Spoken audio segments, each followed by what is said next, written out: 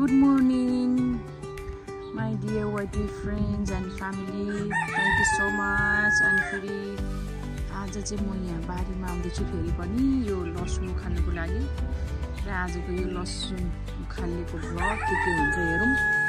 हजुरहरूलाई स्वागत गरेँ। त्यसपछि पत्र पो फलेको छ हौ, धेरै फल्दैन रहेछ क्या। एक वर्ष चाहिँ मजाले फल्या झैँ लाग्छ मलाई। अलि अगाडि हो त्यो, आजभोलि त खोइ किन हो के राम्रो बिउ नपरे हो कि के भएर हो, किन यस्तो हुन्छ नि थाहा छैन। एउटा बिहेरमा किन यो 4-5वटा हुन्छ ट्राई मारौँ है कत्रो फल्या रहेछ। किनभने यहाँ अर्को रोप्ने टाइम भइसक्यो नि त, अरू रोप्नुलाई जग्गा भएन, पुग्दैन भनौँ न, जति ठाउँ भयो नि नपुग्ने रहेछ। यतिको ठिकै हो। किन यस्तो एउटा केसलाई छुटेको हो मलाई आफैलाई थाहा भयो।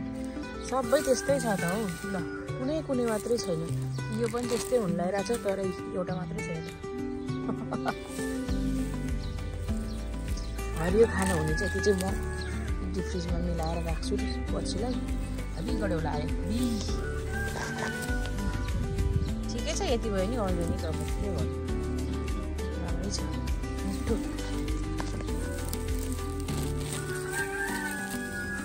पानी हालेको थियो कि त्यो रहेछ।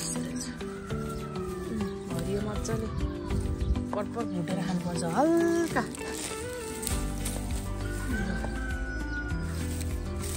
यहाँनिर अर्को रोप्नु न हतार भयो कि ठाउँ भएन, ठाउँ पुगेन।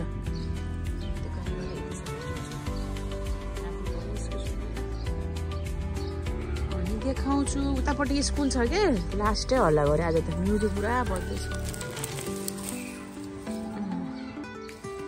खालेरै देखाउनु पर्ला अब एकछिनमा। यतिको नराम्रो फलेन त, तर किन यस्तो एउटा भएको, यो बिउ नै यस्तोवाला परेर हो कि किन हो थाहा भएन। म त वेदर पनि यस्तो दामी छ, हाम्रो त्यो ड्रागन फ्रुटको लागि बनाउनु हो। तर चिसो छ, हावा आइरहेको छ, जाँदै छ।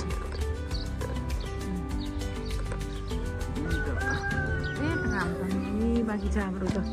अब त्यहाँ फिग बेसरी फल्छ, अब सुरु हुन्छ। यहाँनिर यो क्लाइम्बर्सको लागि यस्तो गरेको, यो हावाले अस्ति नै यस्तो डेन्जर हावा आएर यस्तो बिगारिदिएको। सब बनाउनु पर्ने छ। प्याजहरू पनि यो प्याजले गरेर ढिलो प्याज रोपेको गाह्रो गऱ्यो नि। अब अर्को रोप्नुलाई गाह्रो के, करेलाहरू रोप्नुलाई बिहेर्नाहरू रेडी गरेर भइसक्यो, तर बिचमा रोपिदिएको मैले त। अब यही उखालेर भ्याउँछु म मजाले।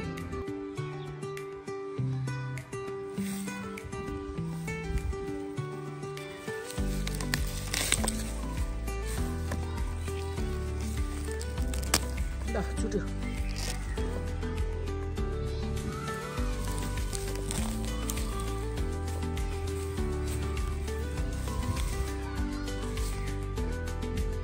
कस्तो खाले लसुन हो, म त छक्कै परेँ।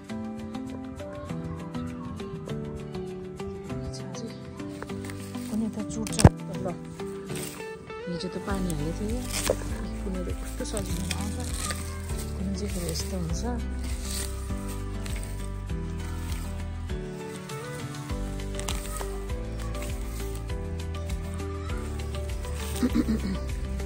म त छक्कै परेँ त हौ, सबै यस्तो छ त किन हो, यो बेरमा यस्तो भएर होला हौ। के अरे बिउ नै यस्तो परे जस्तो लाग्यो। कति साह्रो छ नि कुनै त, के हो यस्तो, म त छक्कै परेँ। छुट्यो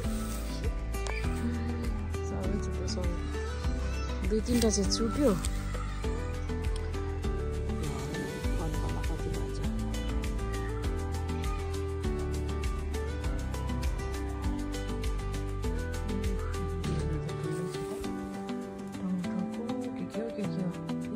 वाटरमेलन पनि रहेछ।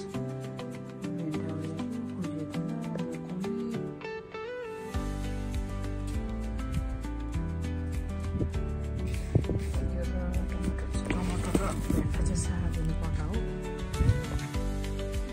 यो चाहिँ अलिअलि खाल्टो खाल्टै सागिनु पर्ला, पछि मल हालिदिन्छु भने सोचेछु कस्तो हुन्छ। भेन्टा र टमाटर चाहिँ अहिले सागिदिइहाल्छु।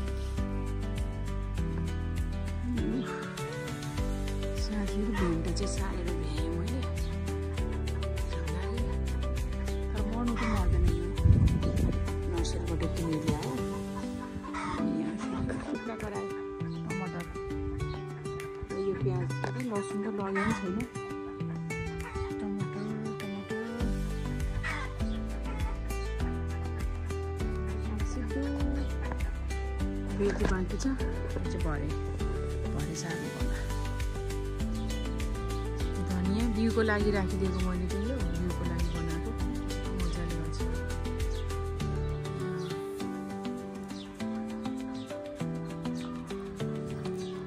आफै उम्रेको यहाँ लास्ट इयरको बिउ झराइदिएको मैले अलि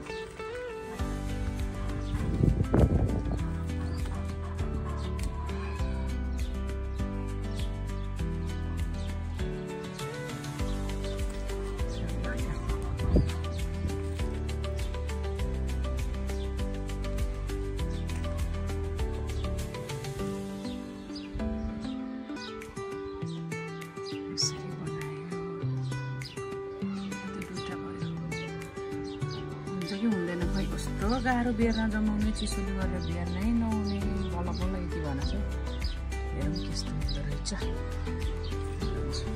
राम्रो पनि छैन हो बेर्न पनि यो चाहिँ फेरि घिरौँलाको हो यस्तो छ खै हुन्छ कि हुँदैन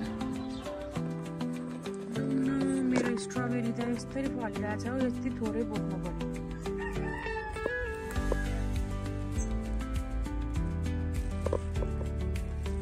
मात्रै घाँस सबै टिपेर कति सानो घाँस आएको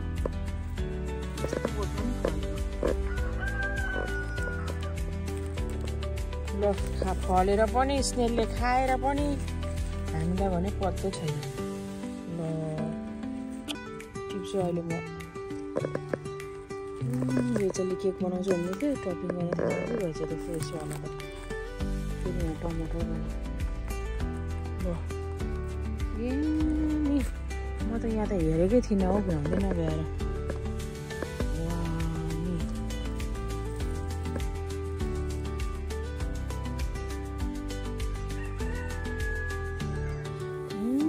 कति भइसकेको छ नि फुक्क ल बिग्रे पनि सक्यो है तेरिका यहाँ चाहिँ फेरि कुकुर राम्रै छ यसमा चाहिँ धेरै फल्छ लास्ट इयर कत्रो ठुल्ठुलो फल्यो थियो यो चाहिँ लास्ट इयरको बोटै हो त्यो चाहिँ सब नयाँ बोट कुखुरी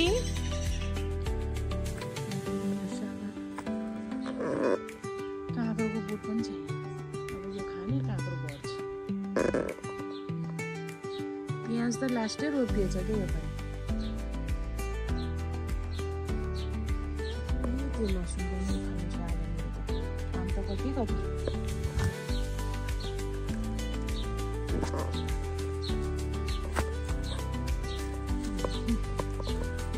यस्तो छ है हाम्रो गार्डन त साथी यो के भन्छ पुदिना त कति फैलिँदो रहेछ यो काउली के फल्ला र ए ओला त्यही छैन रहेछ त यो काँक्रोको काउली यो कति ठुलो भइरहेछ यो फलफल बिटरुट कति छ त्यहाँनिर फेरि बिटरुट त्यो फुल पनि कति राम्रो ल के हो यो त ल मसरुम उम्रेछ त हौ कति राम्रो यो चाहिँ खानु हुने फुल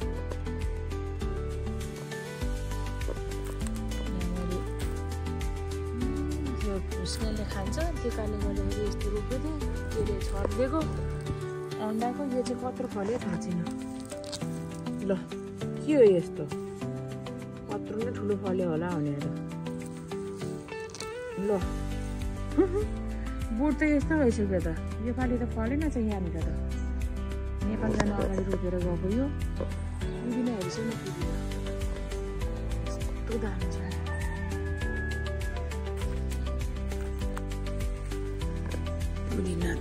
पुदिना र लेमन पानी यस्तो फ्रेस यस्तो मिठो कि म त दिनकै खाइरहन्छु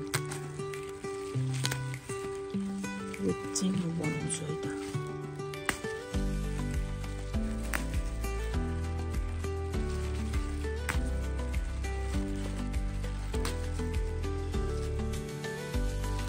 यस्तो फैलिँदो रहेछ कि हेर्नु न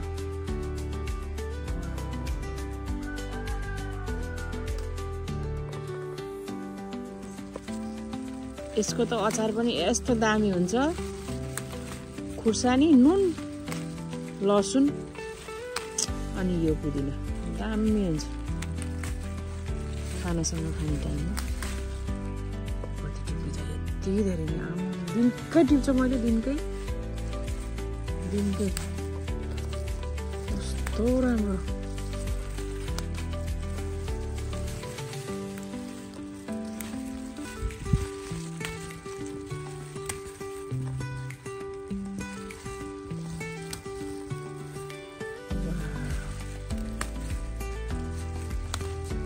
जादू है जादू,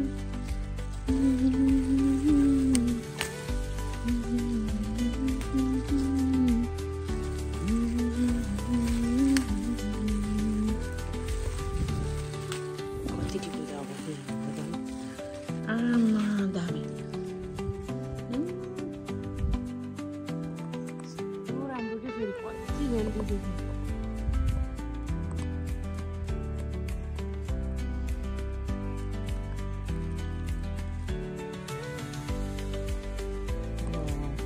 अब लेमन टिप्छु, तर लेमन त छ घरमा पनि, उता टिपेर लगेको अघि